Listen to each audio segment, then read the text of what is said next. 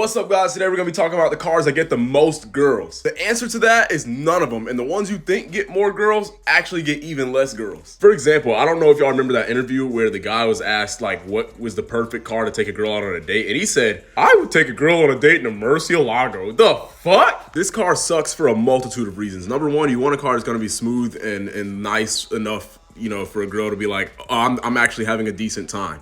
Unless she's into cars, she doesn't give a fuck that this has a 6-liter V12 and it can go 200 miles an hour. She probably thinks your car looks weird, is loud for no reason, and is hard to get in and out of. And this rings true for a majority of the supercars out there. So I've actually driven a Urus around the city center before, and my first times driving supercars and stuff like that, I was actually looking around, I'm like, let me see who actually gives a fuck. I want to see if it's true that people actually care what kind of car you drive. And the answer to that was barely anybody. And then on top of that, cars only get you so far. Like, you don't want to be the guy in the party where no one sees what you drove up in and no one actually cares. And you're sitting in there, your car is your entire personality, and you're sitting in the corner like, oh, she doesn't know I drive an M4 on lowering springs with GTS taillights. And if you ask me, the interior is where the magic happens anyway. And like, as much as I hate LED lights in cars and drivers' cars especially, they're a fucking vibe. Like, don't sit here and act like even the Porsche purists who want like bare bones interiors are like, yeah, that's a vibe. And I know a guy who spent like 30 grand on a W212 E-Class like this, so you don't really need a shit ton of money. She doesn't give a fuck whether it's an M or an AMG or a Hellcat over a Scat. As long as you got the badge and the interior lights, you're good. See, the dudes getting M5s over 535i just for the status are actually dumb as shit, because I've seen dudes like tell girls they drive a BMW and they're all impressed and stuff, and it's really like a 328i. As long as the badge is there, it doesn't fucking matter. And to touch back on the supercars, unless it's like an Aston Martin or a Ferrari 812 or a GTC or something like that,